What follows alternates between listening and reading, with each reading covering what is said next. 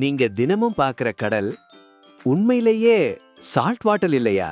இது யாரும் சொல்லாத உண்மை. நதி தண்ணி இனிப்பு, ஆனா கடல் தண்ணி மட்டும் ஃபுல் உப்பு. இதுக்கு காரணம் என்னன்னு திங்க் பண்ணிருப்பீங்க தானே?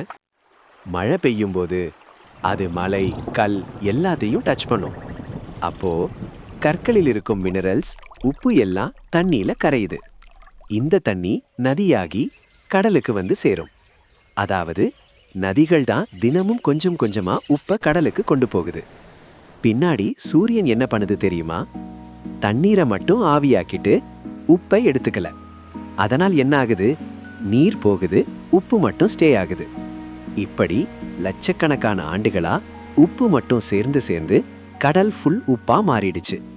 அதாங்க, நதி சப்ளை பண்ணுது, சூரியன் வாட்டர் மட்டும் எடுத்துக்கிறான். கடல் உலகத்திலேயே பெரிய சால்ட் ஸ்டோரேஜா மாறிடுச்சு. இது தெரியாம இருந்தா ஷாக் தான் இல்ல? உங்க ஃப்ரெண்ட்ஸ் கிட்ட கேளுங்க தெரிஞ்சிருக்கான்னு. இல்லனா இந்த வீடியோ ஷேர் பண்ணுங்க.